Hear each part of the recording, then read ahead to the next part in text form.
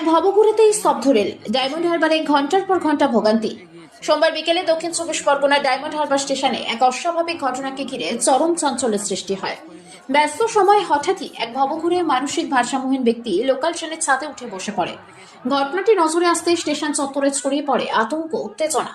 যাত্রীদের নিরাপত্তার কথা মাথায় রেখে অবিলম্বে বন্ধ করে দেওয়া হয় ট্রেন চলাচল, যার ফলে একাধিক লোকাল ট্রেন বাতিল ও বিলম্বিত হয়।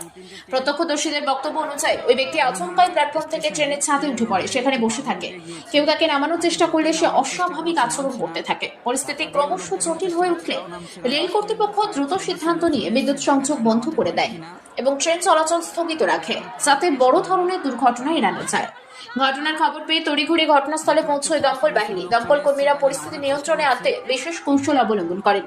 দীর্ঘক্ষণ ধরে ওই ব্যক্তিকে বোঝানোর চেষ্টা করা হয় যাতে সে নিচে নেমে আসে, কিন্তু সে কোনোভাবে সহযোগিতা না করায় শেষ পর্যন্ত দমকল কর্মীদের উদ্যোগে সতর্কতার সঙ্গে তাকে নামানো হয়। পুরো প্রক্রিয়াটি সম্পন্ন করতে কয়েক ঘন্টা সময় লেগে যায়। এই ঘটনার জেরে ডায়মন্ড হারবার শাখায় ট্রেন পরিষেবা মারাত্মকভাবে ব্যাহত হয়। বহু যাত্রী স্টেশনে আটকে পড়েন। নিত্যযাত্রীদের মধ্যে চরম ভোগান্তি দেখা যায়।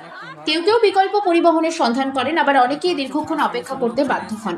রেল সূত্রে জানা গিয়েছে, যাত্রীদের নিরাপত্তা সর্বাগ্রে গুরুত্ব দিয়ে ওই সিদ্ধান্ত নেওয়া হয়েছিল। ওই ব্যক্তিকে নিরাপদে নামানোর পর পরিস্থিতি স্বাভাবিক হয় এবং ধীরে ধীরে ট্রেন চলাচল পুনরায় শুরু হয়। ঘটনার পর এলাকায় নিরাপত্তা ব্যবস্থা আরো জোরদার করা হয়েছে।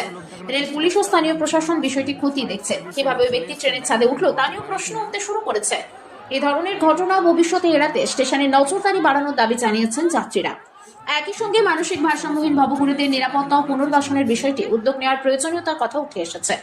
সামগ্রিকভাবে একটি অপ্রত্যাশিত ঘটনা কয়েক ঘন্টার জন্য স্তব্ধ করে দেয় ব্যস্ত রেল পরিষেবা, আর সেই সঙ্গে ফের সামনে নিয়ে আসে নিরাপত্তা ও মানবিকতার গুরুত্ব।